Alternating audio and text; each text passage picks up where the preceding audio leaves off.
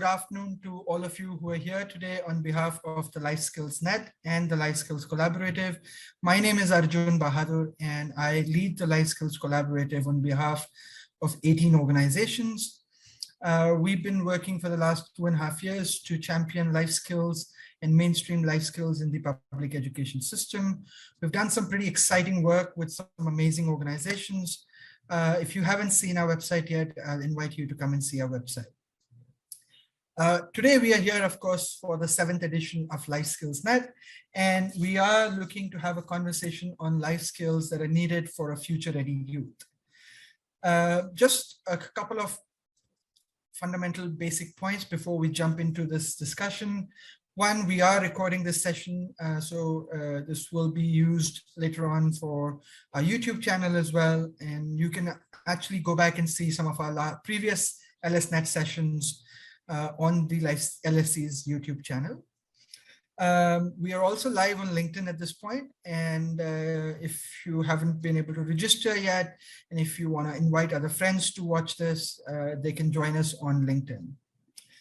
I have 3 wonderful panelists with me, and I'll introduce them in a minute. But what I do want to say is that we will follow a Q&A pattern where we'll ask some questions to our panelists. And then once we are done with 3 rounds of questions, we will open it up for anybody in the audience who has questions for them. Meanwhile, if you have questions as you hear them talk, please put them on chat, and we will pick them up towards the end of the call, end of the session. With that, I am extremely delighted to introduce the first panelist that I have here with me today, where Vaijayanti Shankar is the founder and executive director for the Center for Science of Student Learning, a Fulbright Humphrey Fellow and an Ashoka Fellow. Vaijayanti regularly consults at various global institutions like Brookings, World Bank, UNICEF. She's also a consultant with many national governments across South Asia and Eastern and Southern Africa. Vaijayanti is a member of many of Ministry of Education's technical committees. She specializes in psychometrics, modern item response theory, diagnostic assessments, and has led large-scale assessment studies in India and South Asia. Her insights are derived from over 150 large-scale assessment projects covering more than 25 million students. I'm super delighted to have you with us, Vaijayanti. Thank you for joining us today. Thanks, Arjun. We also have Nikita Bengani, who's the Director Youth Program at Quest Alliance. She's been with Quest for 15 years, ever since its inception. She's worn multiple hats through this journey in areas including strategy, program design and execution, content and facilitation, fundraising, and using technology for learning. She currently leads the youth program, which engages with large-scale government systems and networks of civil society partners across the country. She's passionate about system reforms towards enabling career journeys for youth and for them to thrive in 21st century livelihood spaces. Nikita, we've been working together for the last two plus years. I'm super excited to have you join us. Thank you for being here today. Thank you, Arjun. Look forward to the conversations.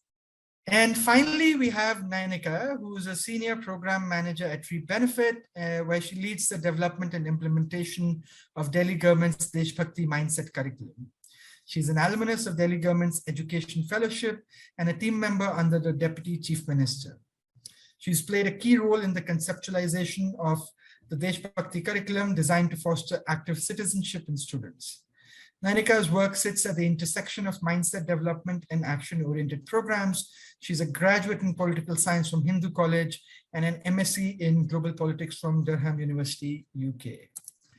Nayanika, good afternoon and welcome. And we're very excited that you've joined us today. Thank you, Arjun. Really looking forward here. Thank you. All right. So today we want to talk about what it takes for a youth to be future ready. The LSC has done some work in identifying what life skills are critical for a young person to thrive in life. The LSC glossary has about 52 skills that it has identified. The LSC has created assessment tools that broadly bucket skills in 2 categories, one which we call social and emotional well-being, and the other are employability skills. And all of these skills are critical to empower the youths to be future ready. But the work that the three panelists have done in their own organizations, I am very excited to hear which skills they're considering important and how do they think life skill fits into getting our youth to be future ready. So I'm going to jump right into the questions to maximize the time that we can hear you guys speak. I promise you I'm not going to speak as much after this. But to start this off, Nikita, I'm going to reach out to you, and I want you to tell us about the work that the LSE has done on the glossary. And I think that sets some very good context for the rest of the conversation to follow. So how do you see some of those skills as being important for future ready youth? Which of those you think are more critical and why? So just a little bit about the work that you are familiar with on LSE's glossary and the skills that you would like to pick from there and talk about. Sure. Thanks. Thanks a lot, Arjun. I think just sort of to digress a little bit from your question, maybe I think I'll start a little bit with, why life skills in general. And I think everybody who's probably present here already knows that life skills are really the set of abilities and competencies that enable individuals to effectively handle the challenges of everyday life with ease. And I think for me, in some sense, that's probably the very purpose of education. While I think a large part of education is also about how do we help young people, to transition into the world of work, preparing them as a skilled workforce, fostering innovation, creativity, and all of those things. But I think the very purpose of it is how does one actually deal with life more effectively, personally, professionally, both. So I think with this very thought process, when we started work as Quest Alliance back in 2009, and we realized that a lot of the focus of vocational spaces or even learning spaces is not necessarily on life skills. And that's kind of seemed to be a big gap. And when we wanted to start work on life skills, we didn't really have any form of framework or any sort of competencies to work with. While there were a few international frameworks that were there, but there were very few that were really contextualized to the Indian context and the needs of young people here. So we kind of, little bit borrowed from UNICEF, little bit borrowed from WHO, and we kind of almost built our own framework, which kind of had this competencies around, understanding self, understanding interpersonal competencies. How does one manage everyday situations more effectively? How does one get ready for work and the world of work? So we kind of drew out our own framework of sorts. And I think for me, when I look back from the time we started to where we're at today, and especially the gap that the glossary kind of fills is that, when you talk to, I think there are so many organizations in the country who are working on life skills, but everybody has a different definition. Everybody has a different set of skills. Everybody has a different framework that they kind of look at. So I think one of the very important things that we realized when the Life Skills Collaborative started was to say that can we put out a framework which is very customized to the Indian context and kind of, helps organizations who want to work in the space of life skills peg their work to something that's more informed and more holistic.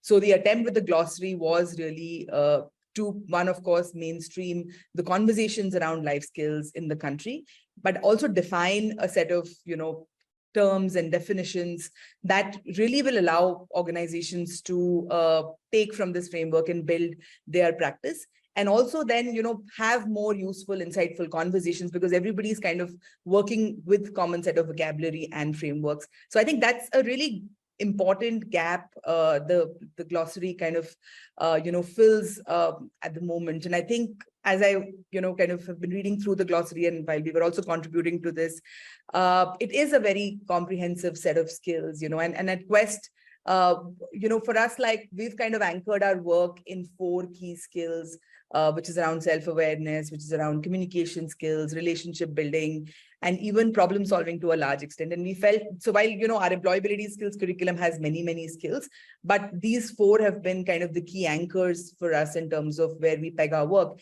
And when we measure, the improvement or transition for our young people on these skills, this is what we really kind of look for. But I think as I look more at the glossary that has come up like really beautifully. I think some things that really like draw my attention, and I'm really enamored by some of those. There are skills like so much future-facing stuff like ecological literacy, metacognition, mastery orientation, psychological flexibility, tolerating ambiguity. I mean, these sound like fairly heavy terms, but I realize that with the world of work and the way things are changing around us, a lot of this is really required for our young people if you were to really prepare them for future. So, right. So while a whole bunch of skills like, conflict resolution, communication, these have been, things that have been in everybody's practice in some form or shape. But what I'm really excited about, what glossary really brings to the table for me are some of these things like self-compassion, learning to learn, and how, we can really include some of this into our vocabulary at Quest, into our work at Quest, and really prepare young people for the future it holds, because everything is so unpredictable. The future, like people are talking about the fact that the children who are in school today, we don't even know what kind of careers they'll have. 65% of those young people or those children will have jobs which don't even exist today, right? So if that is the trend and that is the world we are moving towards, then some of these skills around metacognition, psychological flexibility and all becomes extremely, extremely important. And I would really urge like people who are here with us today to kind of look at the glossary and see like how, it can help add to our practice, add more richness to the kind of work we do by adding some of these dimensions, which are fairly cool and future facing, I feel, from the world of work and young people point of view. So yeah, I'll stop there, Arjun. Back to you. Super. That was very nicely put, Nikita. Thank you so much. And I think you've set the stage very well with the number of skills that you've named and the different types of skills that you've highlighted, right from, I think, self-awareness to learning to learn to metacognition. And all of these skills are important. And I think the statistic that you actually mentioned towards the end, which said 65% jobs that the children who are in school today will don't exist today, right? And I think that for me, how do you prepare children for jobs that don't even exist today? And what are the skills that they're going to need? And I think that kind of highlights the role of life skills very well. So thank you for that. And I think I'm going to ask Nayanika to build on that. And Nayanika, you've heard all of these fancy skills that Nikita has named, and if you read into the glossary and any framework for that matter, these are all important skills, and they may sound slightly fancy, but if you actually understand what they mean, they're all critical skills for young people to have. But I want to ask you, as Reap Benefit, what are the skills that you focus on to help the young people become future ready? And maybe one of the other questions that I hear a lot asked is there a certain age where children should start building these skills? And some of these skills are meant for older children, some younger children. Is there any? How does Reap Benefit look at A, the list of skills that you focus on, and B, in terms of engaging with children, how soon, how early, what age group? Thanks, Arjun. And thanks, Nikita. I think that really did give a very comprehensive understanding of what the glossary talks about. So Arjun, I'll take your first question first in terms of what are the skills that we at Reap Benefit look at. So we actually focus on 10 skills. And we look at them in 3 buckets. So we have, foundational literacies, competencies, and character skills. And we've built our framework by, studying different international frameworks, picked a lot of that classification from the World Economic Forum. And, now there's a new education taxonomy, which we are currently looking at. But essentially what these 10 skills are, I'll speak a little bit about those because we feel that these are crucial in terms of making the youth of the country future ready. So the first set, foundational literacy, is really something we feel is absolutely essential. There are 3 that we look at here. That's data orientation and hands-on skills, and also citizenship.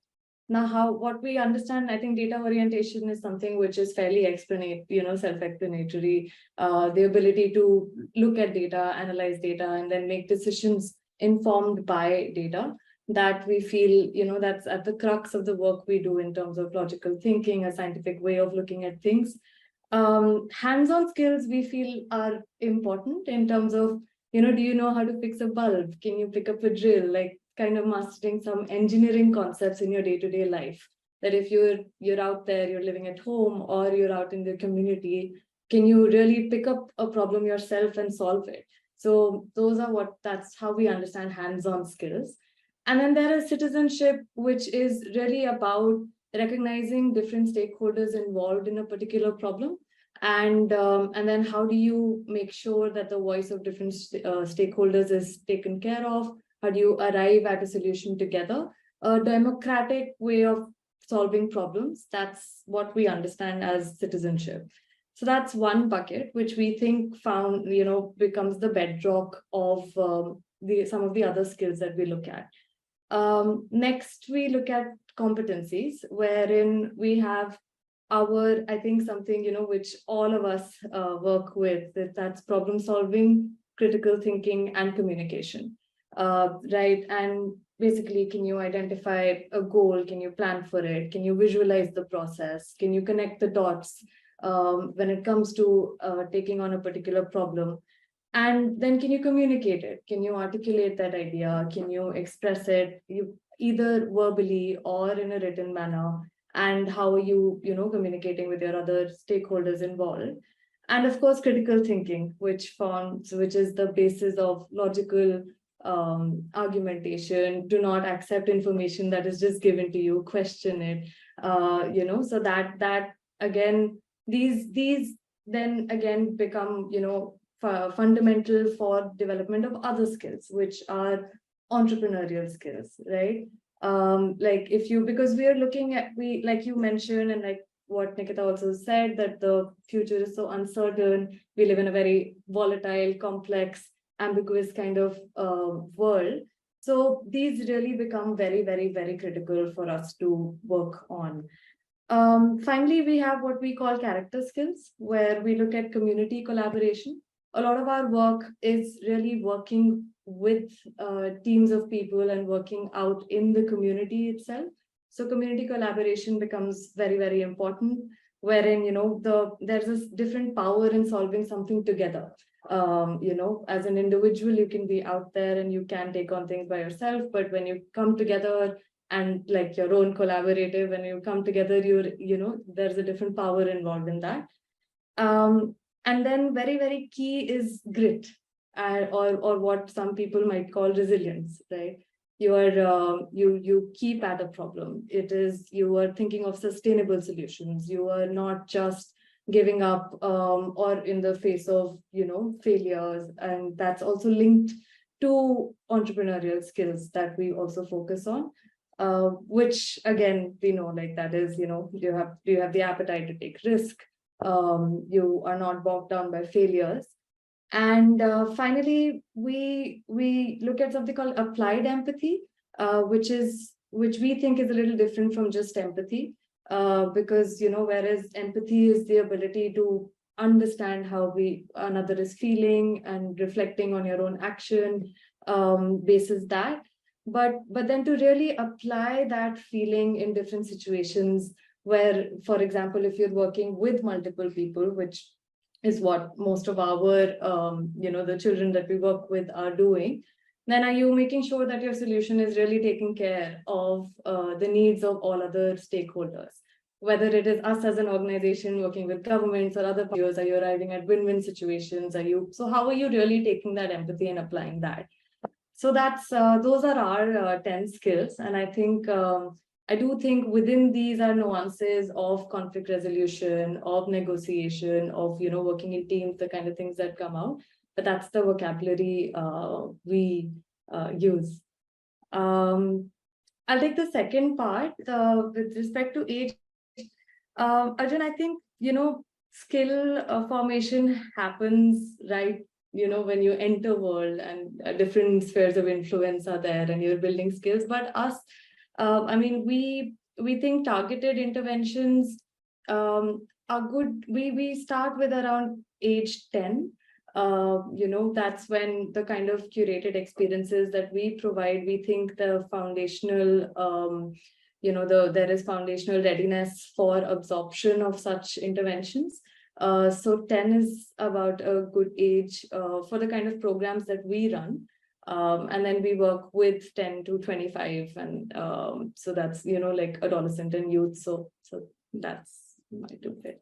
Super, Nanika. Thank you so much. I think it's really interesting to see how you frame the 10 skills and how you look at those 10 being critical for future readiness of a youth. And I'm quite intrigued by the idea of community collaboration and how you work through that. And maybe I'll follow up with you on a question when I come back to you. But before that, I'm going to move on to Vaijayanti now. Vaijayanti, we've heard Nikita and Nayanika talk about a lot of different types of skills. And while they've used slightly different terminologies, at the end of it, there's, whether you call it data orientation or you call it information synthesis, as the LSE calls it, the goal and purpose seems to be very much aligned in terms of what we are trying to do. But for me, I think it's not enough just to talk about these skills and saying that the young people need these skills. I think an important role is played by assessments, where till we can't assess where students are and where the progress is happening and which direction is the intervention or the effort moving into, it's really hard to kind of know whether we are actually making any difference or not. So I wanted to know from your experience of working in life skills, in assessments, what is the role of assessments when we talk about life skills development in young people? You could maybe also talk a little bit about the skills that you have as part of the future readiness tool that has been created for the Life Skills Collaborative, and what are some of the skills that we've used as part of that assessment tool? Thanks for the question. Basically, I'll take the second part of your question first. It sort of logically then flows in. So when we started working in the assessment space, I mean, we are known for, our forte is assessments. We are known for doing diagnostic assessments across the country, and that to a scale. And around 2015, we had the Sustainable Development Goals coming in and talking about not only literacy and numeracy, but also higher order thinking skills. And then it went on to creative thinking and things like, critical thinking, problem solving. And then it also mentions interpersonal and social skills, right? So around that same time, we also found that many of the schools, private schools and private initiators, small players, etc., had started saying that they were building interpersonal and social skills and so on.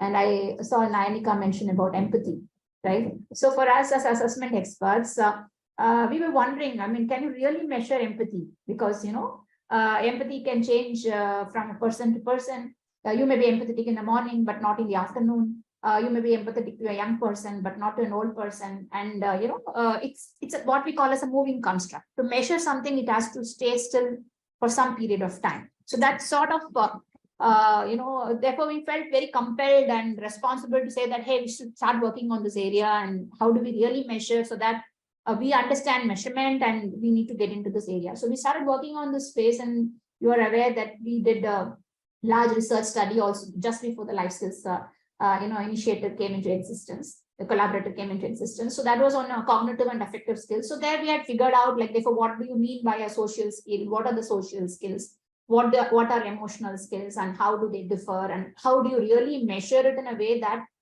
you can diagnose? And what I mean by that is that when it comes to assessment, generally there are broadly two types of assessments you could talk about, whether it's in subject areas or in other areas. One assessment would be like what did you score and how many students scored? It's that sort of a monitoring approach. The second part of an approach would be that how well did you learn and what did you learn? Going deeper into what are the gaps, etc. So the second approach is what we would call as a diagnostic approach. It allows you to give feedback to the learner. It allows the system to get feedback. It allows somebody to intervene and do something about it, right? So then when it comes to the life skills space, so therefore, when we started working on the Life Skills Collaborator, we were wondering that how do we, and all our work, so most of our work, about 80% of our work till then was on the academic subject area space and so on. And that repeatedly brought us to the point that children were rote learning, but they were not able to understand anything, higher order and so on. And so we were wondering that, there must be something at the crossroads between what we call as the academic learning and what we call as the life skills or soft skills or whatever name, etc. Because they're all a very, very seamless continuum. We are not compartmentalized as individuals. So that is where we started working on what we currently now call as the future readiness skill. what is it that the skill, what are the skills that we could equip the student with, so that as the changing future, brings them to newer and newer crossroads, are they able to sort of learn certain things that are portable and that helps them to adapt to newer situations, etc. So that is where we started exploring on, what we call as the portable skills. So if you look at the future readiness skills area, and before we actually even concretized on what these skills are, we also looked at a number of frameworks, social and emotional frameworks we had already looked in before. But when we started working on the LSE space, we, we also looked at many cognitive frameworks. So you will have something like the WHO framework or WEP framework, WEF framework, or a 21st century skills framework, etc. Most of them will talk about different types of skills.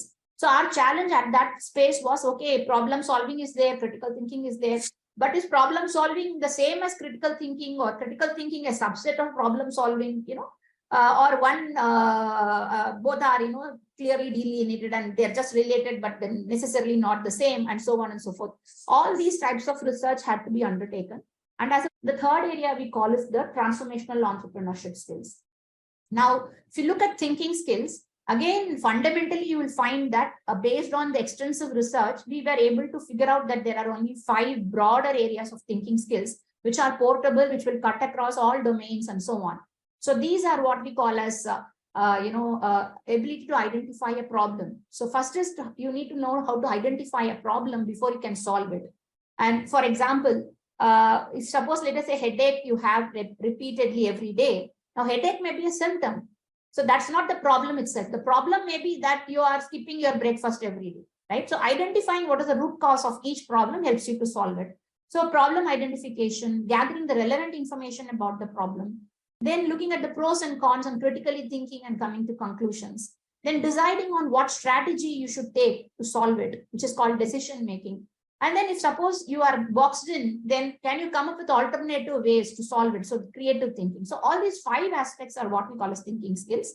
Then we look at relationship skills. And again, at relationship skills, we look at things like communication, collaboration, and conflict resolution. And when it comes to communication, even before you know what, like, how you talk, how you receive a message, you also need to know when to listen and when to talk, fundamental things like that. So we go very deeply into communication. Then we look at collaboration, where you're able to put your group priorities before your own individual priorities, or resolve conflicts in a way that is a win-win solution. And then the third aspect of the work that the future readiness skills talks about is what we call as the transformational leadership. So again, the lot of literature, the entire management science has been talking only about leadership for a very long time now, many decades now. But what is transformational leadership is that now leadership is looked upon not only as something that is helping you to build a business or to make money or, that sort of a thing, but is it actually transforming lives, or is it giving back to the society? And this sort of ties back to the mental health, because as leaders also have a high level of burnout and various other things, they find it relevant to keep going and to keep struggling as long as they tie themselves up to a larger cause. So what are the skills that are related to that, like ability to take initiative, handle risk, and have accountability, delay your own gratification, and have mastery orientation, have a sense of purpose? All these aspects are what we look into transformational entrepreneurship. So there are about 13 skills that we look at in the future readiness tool that we had built for the Life Skills Collaborative. Happy to talk about it more in the questions. Super, thanks, Vaijayanti. And every time I listen to you, I feel like I've learned something new, and there's always like a masterclass on either assessments or even now the way you describe how these life skills can impact. And, I think the way you defined it by saying the key of future readiness is to be able to adapt to new situations, and what are the portable skills that can help you adapt.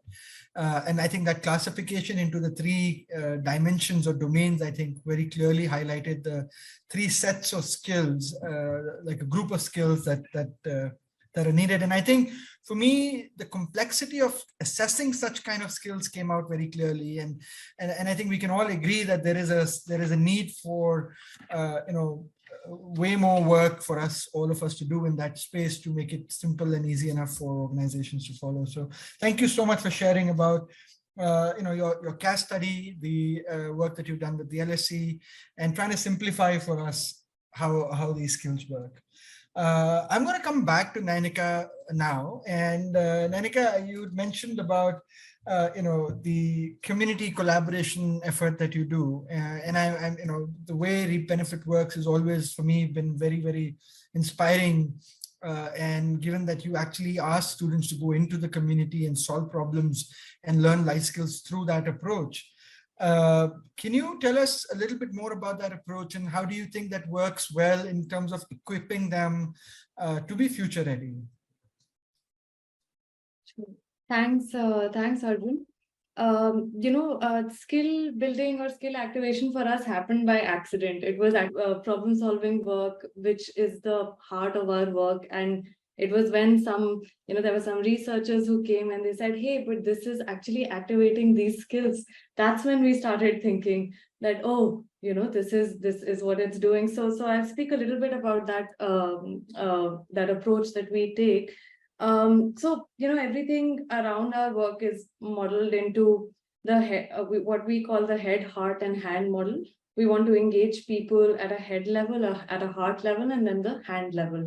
I'm seeing some synergy in what Vejanti was talking about, the thinking, relationship, and transformational leadership. Lots for me to think about from what she said.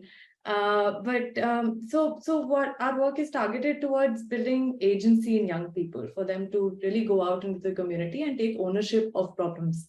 And when they're thinking about it, they're feeling it, and then they're doing, actually doing something about it. And for this, what we like to do is we like to provide them with a framework and some tools to enable this. And that framework is what we call a DIS framework, wherein they have to first discover a problem. And what does it take to discover a problem? How do you actually discover a problem? Then, what are the tools that they can use to further investigate that problem? Whether it's an audit or a survey or interviews or talking to people, that kind of investigation tools, we help them, our mentors help them with that. And then they, ideate together in teams. We run our programs with schools and colleges and young people. So then they'll probably be in teams, and then they'll kind of ideate together, come up with a solution, and actually then go ahead and solve it. And the last part of it is sharing, which we feel is also very, very important, because when you have that sense of achievement, it also gives you confidence to actually talk about it, and other people can, learn from that and take inspiration from it and solve problems by themselves. So we call them solve ninjas. And what we've seen is there are different types of action that ninjas can take. So we've actually come up with these 5 personas for ninja. They're really fun cartoons that we have. We have the campaign chameleon, an action ant, we have a hands-on hippo, a techno tiger, because somebody is developing a technology solution, somebody is planning to run a campaign. Sometimes a solution might just be reporting it to the requisite authority and getting them to do action. Now, in this process, there is the variety of skills that is developed at different stage. And what we've been able to do is we've been able to map different kind of actions that students take to different activation of the 10 skills that we spoke about. What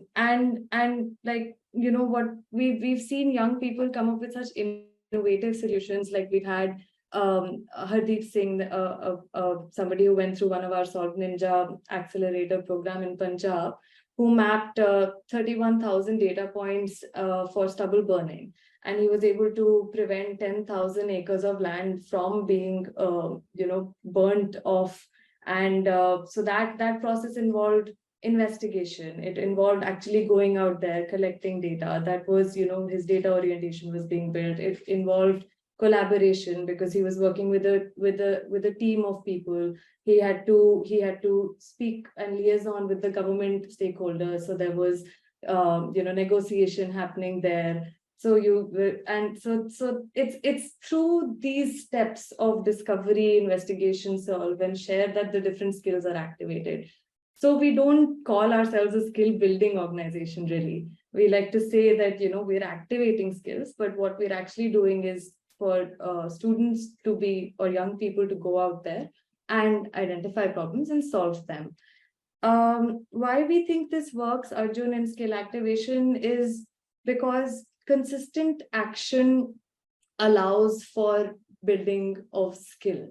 And we have seen evidence both with external studies and internally that even with a 10-hour engagement of this particular process that students go through, and we do a little baseline and an end line of that in our programs, we've seen results in like 3.5% of critical thinking increasing, or 3.5% of grit increasing. And it sounds 3% sounds less, but it's actually a lot, in just a 10-hour engagement. And so we stand by the fact that it's really consistent action, because it helps build that muscle, which allows you to really be at it consistently. So wherein you're eliminating thinking time or learning time, and then it's maximizing doing time. And which is why we have all of our work is enabled by our tech platforms. So wherein we are also consistently nudging our Solve Ninjas. We're providing them with toolkits or a network of mentors and peer support. So that helps. I think we think that does activate certain skills, if not kind of build them fully. So yeah. Super, thanks. That's a lot of interesting stuff that you shared, Nanika, and some really inspiring stories. I love the Solve Ninja, the design that you've created to engage with young children, young adults and young people. I think there's a lot of action that you spoke about, to discover, to ideate, to share. So I do kind of see the action-based approach that comes out very clearly. And I think you also made it very creatively interesting for young people to kind of take those roles and play those roles. So this is something that, and clearly I think while you've used terminologies that consolidate some of these skills together, I mean, the process of ideating requires a fair number of skills to happen. The process of solutioning will require some of these skills to get activated.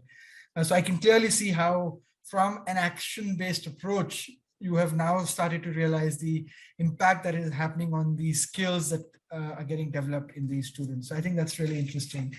But I'm going to go to Nikita now. And Nikita, Nanika mentioned that they start at 10 years of age.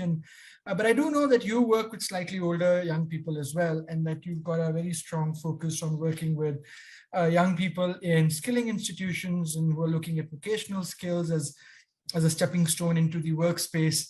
And I know you're part of the Future Right Skills Network. So do you want to tell us a little bit about how you are approaching the development of these skills in skilling institutions, and how this might be slightly different from what might be done in schools versus in the community, and how do you see that impacting and preparing these young people for the future? Yes. Thank you, Arjun. That's a lot of questions in one question, but I'll attempt and answer some of that. But yeah, I think listening to Nanika, I was like thinking that, our work lies on like two ends of the spectrum almost, like, community-based engagement and life skills is extremely, extremely hands-on. While that is how we also started our journey at Quest, but at some point in time, I think our quest became to kind of transform large-scale education and skilling ecosystems, and hence like engage very actively with government.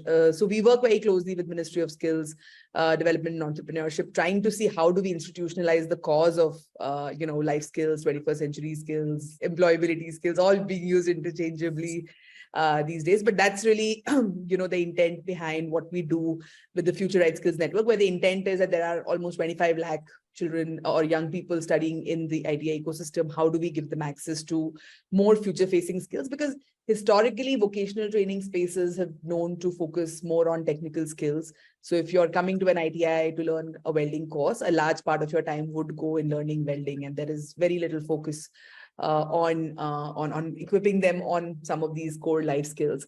And I think that's the narrative shift we've kind of seen in the 10, 12 years of work. When we started back again, a decade and a half back, there were no conversations around some of these things being integrated. There was something called a social science subject, which was extremely like, a bunch of things put together. I'm sure all of us can relate to that subject from our school days as well.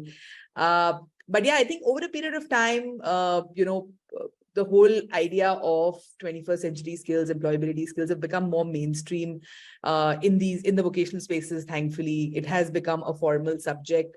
Although like the debate still goes on, whether should it be a separate subject, whether should it be integrated in every subject that is there. So that's kind of still going on, but I think it's still a progressive step. And I think NEP definitely pushes the cause of all these cross-functional skills a lot more in equipping young people. So yeah, so I think currently our work kind of has been to help ministry, integrate a good curriculum on life skills, because again, we know the diversity of young people which come into vocational spaces is huge. And we work almost with two tracks. We work with government very closely. Then we also work with smaller vocational training organizations, very, very basic community-based small ones located all over the country in very remote rural parts of the country, and seeing how we can improve their practice again on 21st century skills. So a large part of our work in the last few years has gone into building a lot of this curriculum. And obviously, we've also struggled with what to include, what not to include, given the paucity of time, and there have been eternal debates after the curriculum is put out. There are still questions on why this is not included and why that is not included. So there's no end to, a lot of the skills. So I think that's what we're beginning to realize as well, that maybe a solution somewhere is having a much wider sort of library of skills where a young person can almost pick and choose from what their current need is. Like let's say if I'm a welding student again, what might be the more dominant skills I might require? While life skills is required by everybody, and that's like a fairly but one of the differences in vocational spaces is that time is less, unlike school where you could still spread these skills, the learning of these skills over 4, 5, 6 years. In vocational training, you have, much lesser time, 6 months courses, 1 year courses, at most 2 year courses, where again, the subject is maximum 100 hours, 150 hours. So you have to really prioritize. And how do you really prioritize? Because every learner's needs are different, in terms of some skills they may already be good at, and there may be some skills they need more of. But then how do you really prioritize at the last mile has definitely been a question. And we've been definitely toying with the idea of trying to see how we can bring about more personalization in the learning process, where, we're kind of building an engine, a digital platform, which kind of help young people set their goals upfront. And based on their goals, what are the recommended set of skills that they must learn is what the recommendations gets thrown out. And then it also helps assess, what are the skills a young person may already have, and hence what they could be focusing on from a prioritization perspective, given the time is less. So I think that's something we are trying to build. And the approach we've taken to building life skills has been fairly blended in nature, where we've also realized that when we have to do these things at large scale, we don't always have the luxury of having trainers which are really very skilled, very motivated to run like high touch learning processes. But so hence we've also bank on technology to push out basic concepts, and then you come into the classroom for more like application, reinforcement, sharing. Because one of the things that we've also come to realize over a period of time is that a lot of life skills not just gets built by learning textbooks, right? It gets built actually by having a lot of conversations. I might have a way of resolving conflict, but when I talk to 5 different people of how they do it, there's so much more perspective that gets built in terms of what I may be doing differently, or what I could be doing differently in my practice, right? So that's the whole intent, that how do we lead with blended, where we use technology for more transfer of concepts, and also personalized learning as much as possible. And then trainer-led sessions are more about application in real life, changing perspective, sharing various points of views on something. So that's kind of how we've been building things. And I think a big part of our focus has also been hence on training of trainers, because we believe that if they have to really drive the learning of life skills, they need to kind of first build their own life skills, I guess, and then kind of also know how to train on life skills. Because while it seems a very commonsensical thing to do, but I think, again, holding these conversations, holding this space requires a fair bit of sensitivity. So I think teacher training is the other part of our work, which we try and focus a lot more on. So yeah, that's kind of how, what we've been trying to do. And I think a big difference between the work we do in the vocational spaces is with young adults. And again, how do you apply adult learning principles, make it more experiential, make it more application, because the gratification they look for is far more instant than with young children. So that's one big difference. And I think, like I said, the paucity of time is there. So you have to really prioritize on what you could learn. Whereas community-based models like what Nayanika was talking about can be very tailored to the needs of the community. We have to still figure out how do we tailor our experiences, using some tools and techniques. So yeah, I think that's kind of what we've been doing with Life Skills. But it's really been like pretty much the first thing we started to do as we started out Quest was to like see how do we really build life skills for young people? How do we build it for trainers and make it more like a large-scale narrative in the country? Yeah, Arjun, I'll stop there. Thanks so much, Nikita. And I think what you told me highlights the basic differences in between how, when you think of life skills development in younger adolescents versus older adolescents and young people. I think it's interesting for me that you spoke about more personalization through offering a wider library. So while, and I think the programs for younger adolescents are much more curated. And while I think what I heard Nayanika talk about read benefits method, while it allows you to choose your problem, it still has a certain set of skill in the process that it wants you to focus on in terms of solving that. Whereas I think what I hear you say is that one of the challenges of working in formal education is the role and space that life skills is able to find within that formal education system, right? There are so many other things that we have to learn. Where is the time to learn life skills? And maybe for me personally, I think the whole approach is probably should be opposite. Once you've taught them life skills, they learn much more quickly. But I think, we struggle with that a little bit. But I love the idea of a wider library and letting older, young people choose the life skills that they think are important for them at that stage in life, and the ones that they probably need to, learn.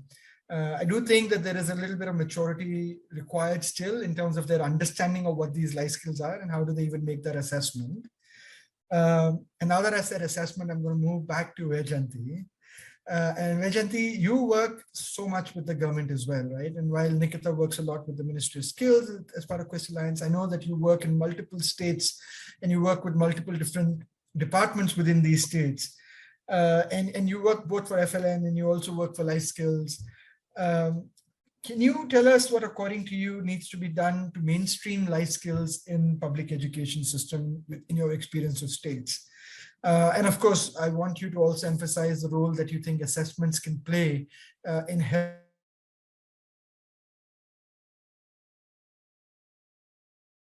Arjun, I lost you for some time. Is that happening to others? Yes, we lost him too. Sorry, am I audible? Yes, now you're. Okay, super. So the last one or two sentences of yours. Oh, it's happening again. Yes, Vaijayanti, he is frozen for a few seconds. Arjun, yeah, I can hear you, Nikita. I'm wondering if you can hear me. I think for me, Vaijayanti is frozen. Oh, is it? Oh, now Vaijayanti is back. Right.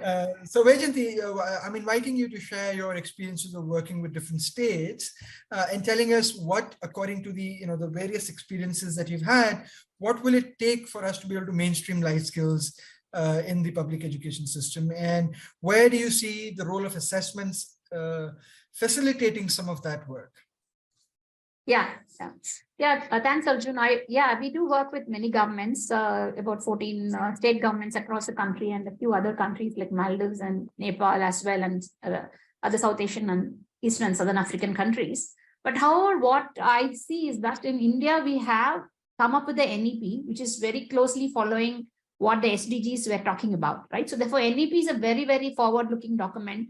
It talks extensively about getting us future ready, employable, having the right mix of interpersonal and social skills along with academic hard skills or cognitive skills and so on. And as we have some of the panelists here, people have worked on Desh Bhakti curriculum or entrepreneurship curriculum. We also know that smaller initiatives by different state governments, which are not yet named fully, but some amount of space is happening on the life skills. But and then we also find that there are a variety of intervention partners. So as a part of the Yuva program, the Young Warrior Next program, we actually tested about 22 partner interventions, to see which of these life skills interventions are doing well on a, impact measurement of a baseline, end line, and so on. So a lot of mushrooming of activity and interest that is happening across the country on this. But however, what I would say is that, about last week, I participated in a G20 seminar at Symbiosis with multiple countries. The topic that was given to talk about life skills was non-formal third space literacy, So we are still bucketed, though so much of life skills work happened. We are still in the non-formal space. We have not got into fully the public education or the private education. And then I was wondering a lot about what do you mean by third space literacy? Then what is the first space and second space and all that? Then I came to I actually even asked the ChatGPT, what do you mean by a third space literacy? I was not very happy with what it said to me. But however, what I realize is that this broadly brings to focus that we are no longer, we are not yet there where, academic learning still takes the forte in when it comes to education, hard skills take the thing. Then maybe vocational skills to some extent is slowly creeping in. But when it comes to these are bucketed as life skills or soft skills and so on and so forth.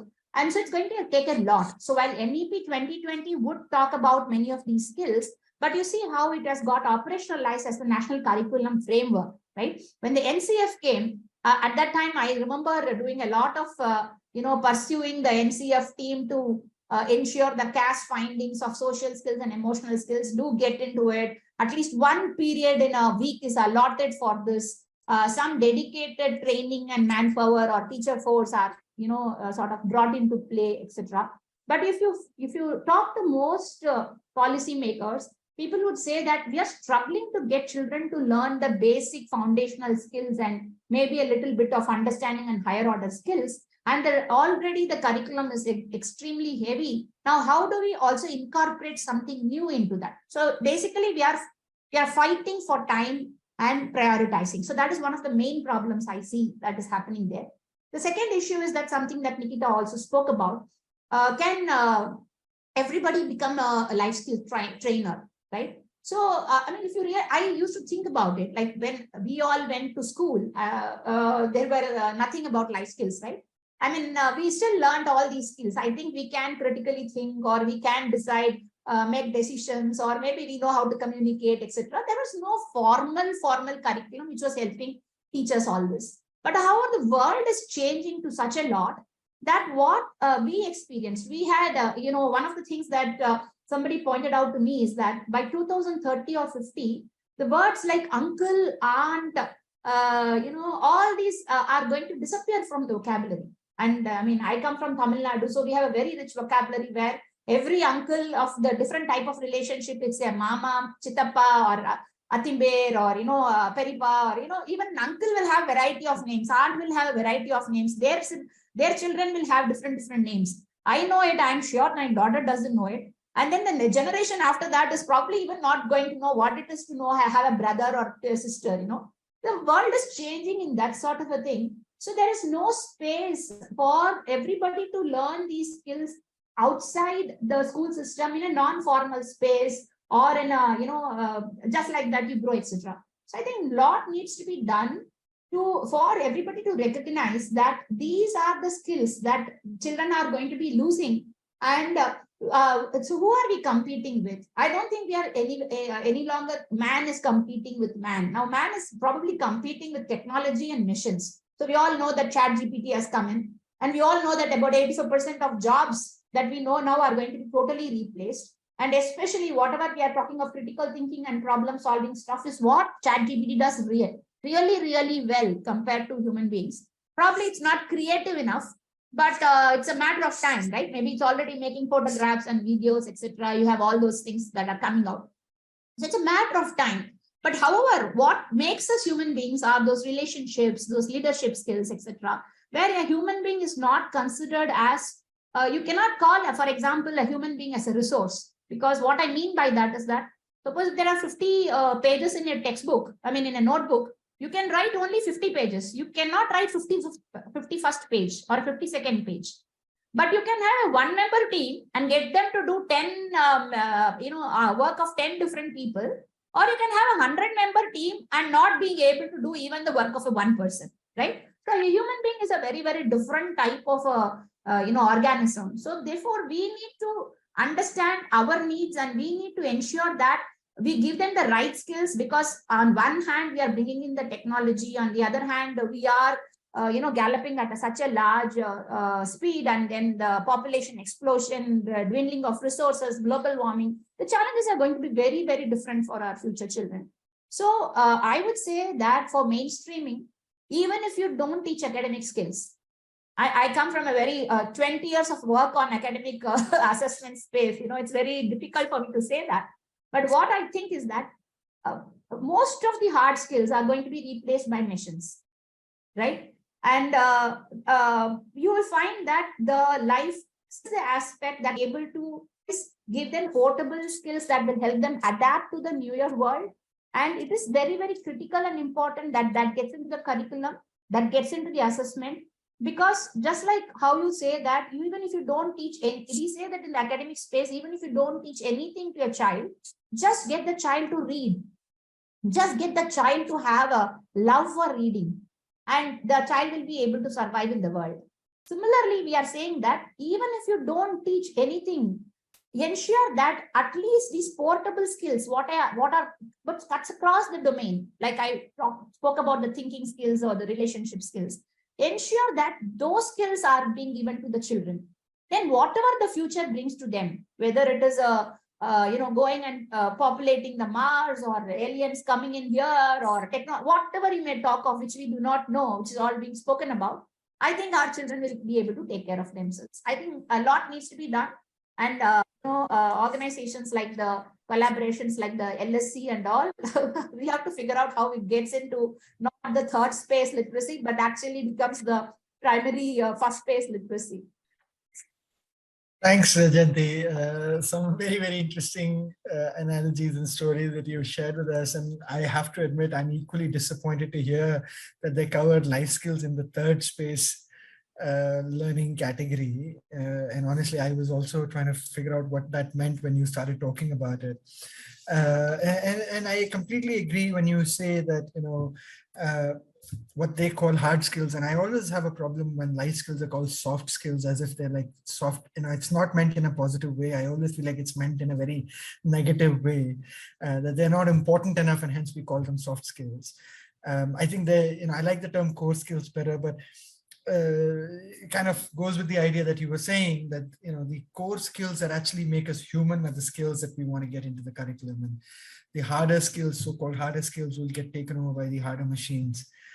So I think that this is a very interesting point of view, but I think you've still left that question open and unanswered. And I think we are all struggling to find that answer collectively at the Life Skills Collaborative as well, is how do you then mainstream these skills in public education? And I agree with you. I don't think we have the answer yet. But the work that we continue to do with different organizations is driven with that purpose. And I do see a lot of very interesting people on the call today. I do know a lot of them actually do some fantastic work in this space. I do see a hand up, and Margaret, I'm going to invite questions as soon as we get through this last round, and I'll invite you to please post it on chat.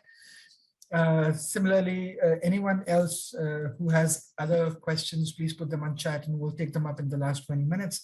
We've got about 8 minutes to go, and I'm going to invite each one of you to come in with closing comments for 2 to 3 minutes each, before we then start inviting questions from the audience. So Nikita, let me start with you actually. And can you tell us a little bit about the work that you've been doing in the LSC with the community, and what are some of the challenges that you faced, and in life skills being accepted by the community as even being important? Because we've here spoken a lot about the importance of life skills, But then as part of LSE, you're part of a program where we are trying to reach out and talk to community about whether they think life skills are important or not. So do you want to tell us a little bit about what your learnings are from there, and maybe kind of conclude your point of view on the importance of life skills as we think about future ready youth? Yeah, thanks, Arjun. I think definitely some of the learnings that have been surfacing as we've been trying to get some of the voices from the ground out is that one, I guess people don't understand the term life skills itself. So they may be actually practicing some of it, but they don't understand when we call it life skills. So I think that's probably the first barrier right now in terms of, how the term itself is understood. Because like Vajanti also said, nobody taught us these skills. We just learn it and everybody is still practicing them, but probably being able to label is hard. Although I also have to say that we are probably more the privileged people who picked up these skills by just the sheer process of growing up. But maybe a lot of our young people who are out there, they don't necessarily have families and friends to bank on to learn these skills, and hence maybe a more conscious effort is required. But I think there is definitely an increasing recognition around some of these things being critical. So I would say that we have come a long way from where we started to where we're at today, right? And I think NEP talking about it in a big way is a big testament of the fact that that itself is a huge shift on the policy side. But from our conversations and the voices, we realize that we need to do a lot more work with, the parent community and generally the community overall, in order to support and reinforce the life skills education. So we probably need to engage with them a lot more, run campaigns, encourage more practices around life skills at home and at a community level. So that's definitely what's kind of surfacing from there. So for me, I feel like, some of the learnings and some of maybe the areas which needs focus, if we were to really mainstream life skills, I think there needs to be a lot more resources that have to be out there, which kind of, allows for people to, resources, when I say, I mean in terms of curriculum and actual content, etc., that people could use, which is kind of mapped to the glossary that LSE has built. So maybe the next exercise is to put some of the content together for organizations and, practitioners to use. I think something we spoke about quite a bit in this conversation, that it still needs to be more mainstreamed. It cannot be a third subject or a third space. So how does it get integrated into the curriculum? I think that's kind of, it's, the work that we've seen happen over these years is still to at least add it as another subject. But I think the next leap has to be when it becomes part of every subject that is being taught. I think training of trainers, etc., is something that's really, really huge and important, because unless we get that piece right, it's very hard to train young people well on something like this. So I feel like, some of these areas is what one needs to focus on. And I feel like what the Life Skills Collaborative kind of does, it's to put some of these resources, these tools, these mindsets out in public domain, which can then allow more organizations which may be community based or people like us to kind of draw from this repository and make our work richer, and then come back to the collaborative space for co-creating solutions, to talk about challenges that we're all kind of, experiencing in our work. So I think it's a great move towards kind of building the larger movement and narrative around life skills in the country. So yeah, Arjun, I'll stop with that. Thanks, Nikita. And you're absolutely right in terms of identifying some of the challenges that we are facing with the approach in the community. And one of the things that the Life Skills Collaborative has found in the work that we've done is the lack of the understanding and awareness of the importance of life skills among parents, and where we do realize that, in a push and pull scenario, where while we work with the public education systems to push life skills on young people, the demand generation from the parent side, the pull for their parents to have these skills is also lacking. And so one of the things that we found through the work that is being done at the LSE is where parents in surveys have said, don't waste the time of my child. My child needs to study science and maths, and not this is just a waste of time. And I think that itself also is an important problem that I think we will need to address at a community level. Vajanti, I'm going to come to you for your 2 minutes on anything that you would like to add on the future readiness tool that you've created. And the tool has been implemented across 4 different states. It's been created in 3 different languages. What is the unique thing about it, and what are your key takeaways from having seen it being implemented across 4 different states?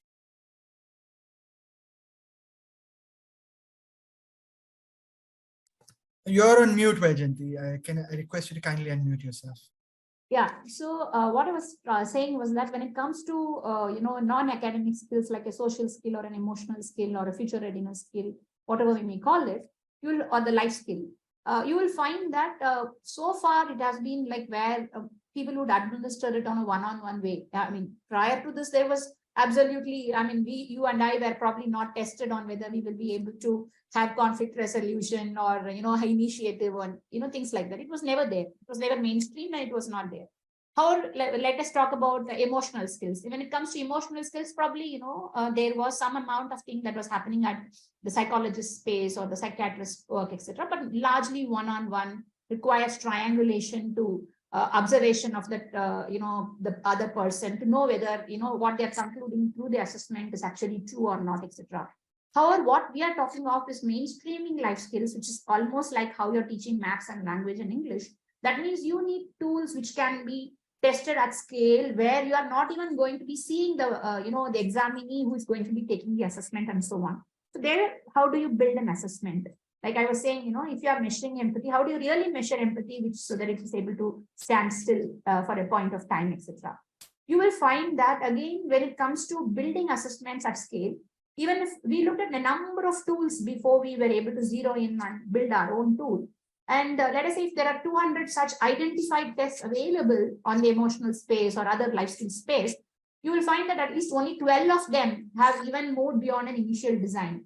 And within the 12, you would find that majority of them, while they may satisfy some basic psychometric properties like a difficulty and so on, you will find that they would not have any refined analysis, or they would more or less be set in what we call as a Likert-like scale. What I mean by that is that it may ask you questions like, in a fight, are you the person who always goes and say sorry?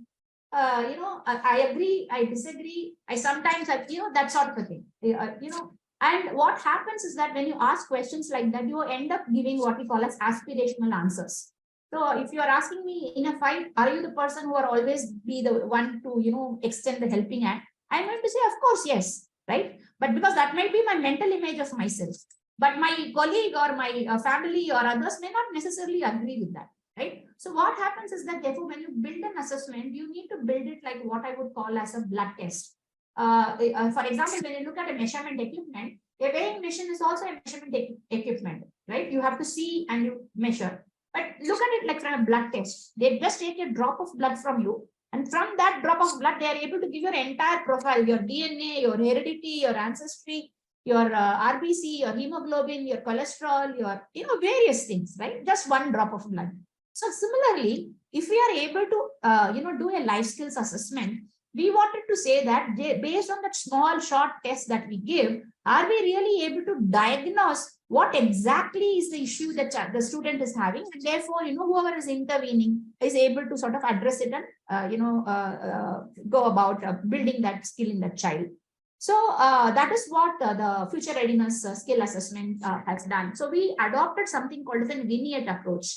So basically, this is something that has been done extensively in health outcomes research. So far, nobody has taken it in the life skills space. We brought in this approach where we ask short stories, of 3-line stories, sort of a thing, where there's a character and the character is, doing something else with another character, and you are observing that character and you're able to say whether you agree with it, disagree with it, what is right with it or wrong with it, what is the approach that the character should take, that sort of a thing. And that is in health outcomes research, it worked wonderfully. And we adopted that same approach here, and we try to do it in the future readiness skill tool also. So we found that this is working superbly well, very, very high-end psychometric properties. And we also were able to collect large-scale data from across all the 4 states, Mizoram, Rajasthan, Uttarakhand, and Maharashtra. And using that, we were able to standardize and do very, very high-end analysis, which helps us to say, this is actually measuring what it is supposed to measure. What I mean by that is that, for example, you may make a maths question but you may end up actually measuring English instead of maths through that question, the way you framed it, right? Similarly, when I'm measuring, let us say, decision making, I should be actually measuring decision making and not creative thinking, right? So therefore, for us, when it comes to assessment, we need to be very, very specific. It's no longer about the question. It's about what is the ability that the child is using to answer that question. And we are measuring that ability. And that is what the FRSA tool, the Future Readiness Assessment tool, does. And it works for adolescent, both the junior as well as the senior. It's available in multiple languages. And it has psychometric properties, which has been extensively validated by international experts, by pilot testing, large-scale testing, and also a very large academic assessment skill group within the country. So I think in a sense, the tool works at scale, and we have seen that it works and is able to give diagnostic information. And in a sense, I would say that it's futuristic, even not only from the perspective of what skills it measures, but also in that it has taken a very specific assessment approach, and it has therefore sort of leapfrogged us into how you measure some of these skills. And that is something unique about this particular tool.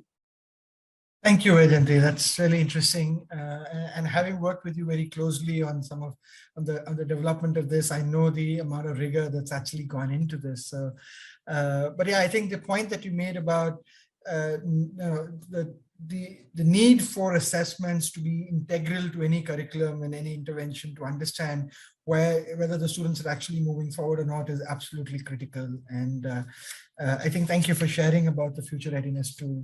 Nayanka, I'm going to come to you, and I had a closing question for you, but I do see that we have 15 minutes left, and we've got quite a few questions that have now come on the Q&A tab. And for those of you who are figuring out how to ask us questions, the chat might be disabled, but the Q&A tab at the bottom of your screen is something that you can click on and post a question.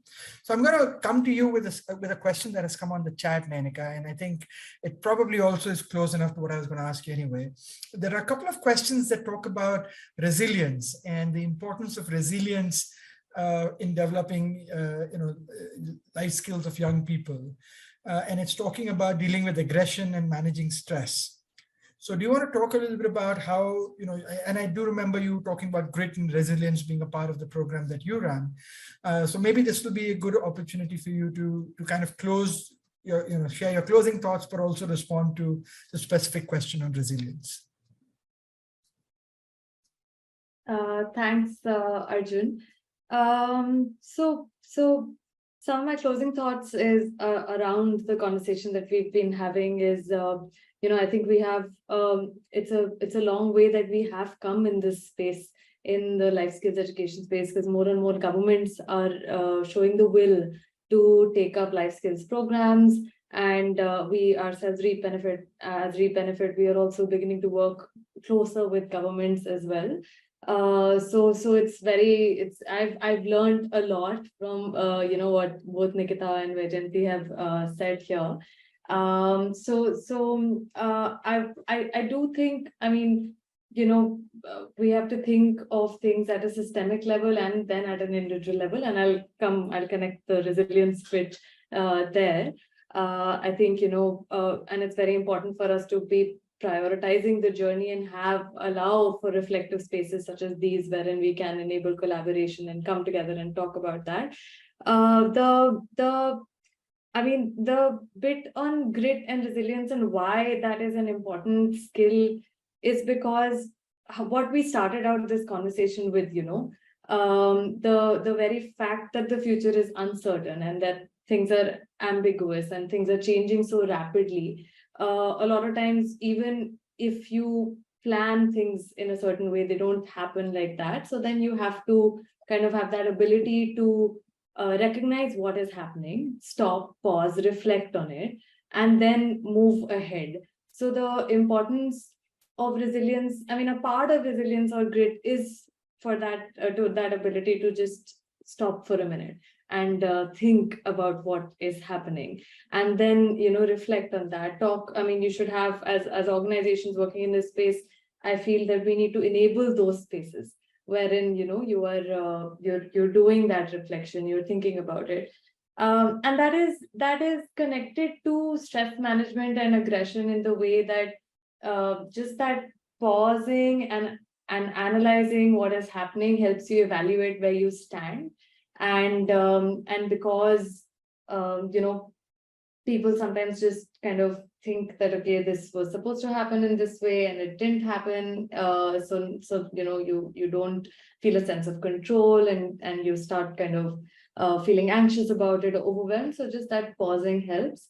And that attitude of okay, I have to now get up and get going again is where resilience it helps, and it feeds that movement forward and in reduction of the overwhelm. So I hope that answered the question, Arjun.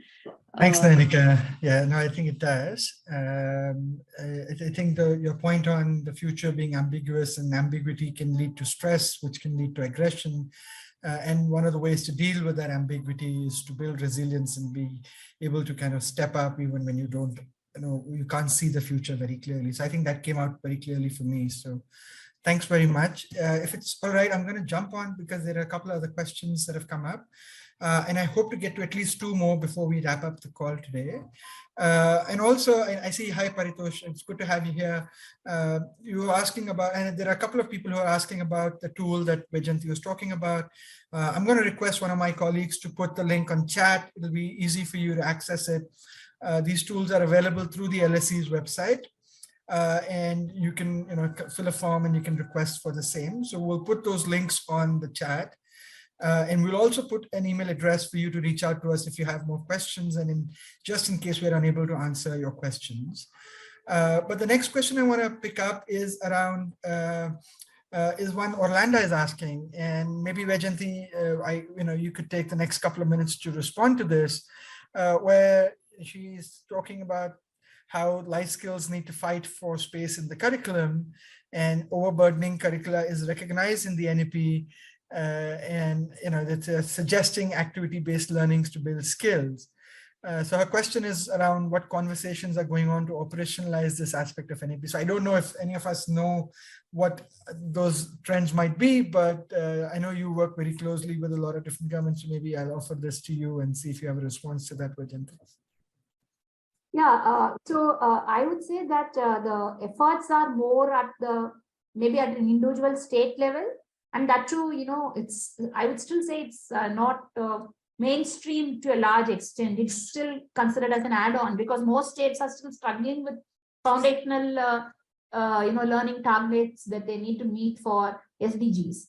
And then few states have started working on how do you improve academic learning, and you're able to bring understanding along with rote learning and higher order skills, but in academic areas. So in the life skills space, I would say that whatever is happening is more exploratory, more like, oh, let me see what is there and can I learn from it, that sort of a thing. Though we are working with 4 larger states, I think Maharashtra and Rajasthan and Uttarakhand and Mizoram and all have mainstreamed that in terms of the assessments, and some amount of work has been going on. But I would still say that at the national level, at the national curricular framework or within the CBSE and so on, this has not really got the attention it should.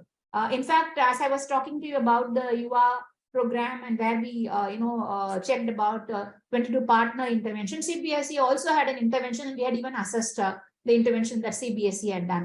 But what I'm saying is that most of it is at a very interventional stage, pilot stages or exploratory stages. They have not really mainstreamed themselves, and that is where I think policymakers are yet to make up their mind on how to fit it within the curriculum, and it's fighting for space. As a practitioner, as an educator, what I would recommend is that you have to not say that, oh, there are 20 different things already in the plate. How do I take the 21st one more thing inside the plate? So that is not the approach that we should be taking. We should be taking a very, very different approach on what is the future going to look like. So what are the most important priorities for me? I would say that the important priorities, as I keep repeating, is that while hard skills are necessary and so on, but many of the hard skills may be replaced by machines. 20 years back, we said that people are not going to be, learning tables, multiplication tables. And but why are we spending so much time on multiplication tables? Let them teach about understanding multiplication rather.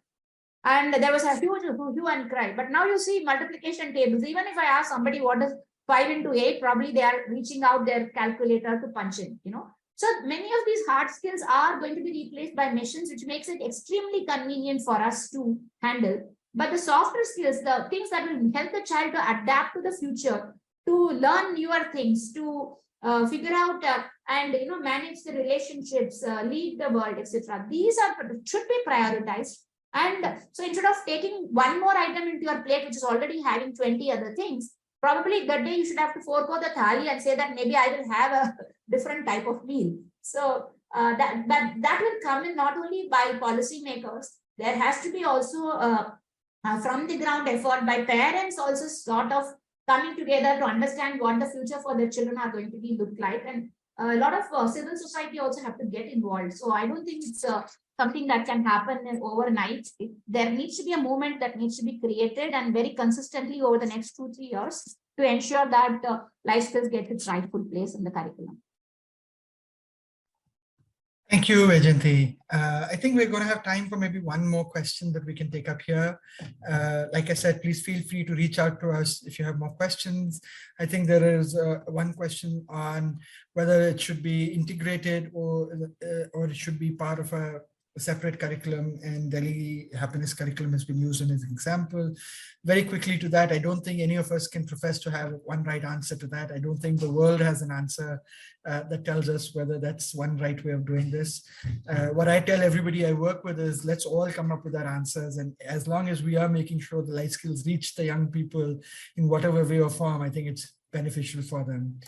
But before, I think I'm going to give the last question to you, Nikita. And if you would like to comment on the overburdensome curricula, feel free to do that as well.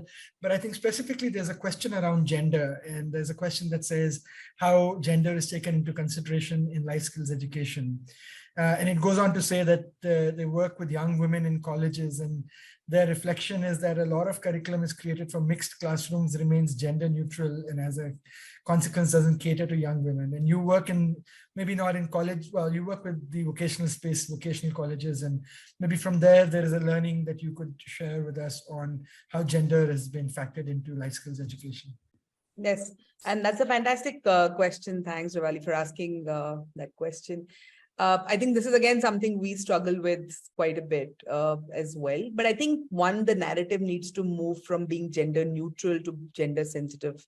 I think that's something we're trying to do in our practice quite a bit. So we run, a program called, and I think the key lies, given that, for women to also equally sort of, compete for the same opportunities, they first have to come to an equal place. They are not right now at an equal place, right? So one has to invest into programs that are very gender sensitive and focused. So one of the things, for example, we do, we run a program with young women in schools, which is what we call the Send for Girls, where the intent is that, how do we prepare young women for future facing careers? And a big part of that, that whole experience is around, building life skills. And I think Nayanika spoke about the whole agency part of it, and agency in decision making. I think those are things that need a lot of focus when it comes to working with young women, that how do we sort of bring back the agency in everyday life, decision making, confidence, negotiation skills. So I think for us, when we built out curriculum for our young women who we work with in schools, I think the conscious effort was to include stories of these young women, to include examples that they can relate to. We work a lot with, role model stories. I think one of the things that has been stuck to us is that you cannot be what you cannot see, right? So I think being able to bring those role models out, to be able to kind of relate to things and to be able to actually then feel that, yes, this is possible for me, I think is really, really important. So I feel like, for women, there has to be a more gender sensitive programming that needs to be built. And I think from a life skills perspective, we need to, again, pick skills that are more important and probably more basic when it comes to young women, because like I said, they don't have what, all the men folk probably have to some extent. So first, even being able to bring them to that level, you need to kind of add those extra skills on gender, on negotiation, on confidence, on agency. So yeah, it needs to include a lot more focused role models, a lot more focused examples, stories, visuals. I think that's how we've been dealing with it. And I guess there can't be one program that fits all. I think something I spoke about right up front, that I think this whole myth of, one size fit all has to be broken into more personalization. I think every learner is unique. Their needs are unique. Their contexts are unique. Their challenges are unique. So how do we really move towards more personalized experiences is what is important, and even more critical when it comes to kind of talking about gender and solving for that. So yeah, that's kind of how we've been dealing with it and working on very, very focused programs and curriculums and experiences. Super. Thanks so much, Nikita, for that. And I know we're 2 minutes on top of time. So I'm going to take this opportunity to kind of wrap this up. There is one other question that Paritosh has asked.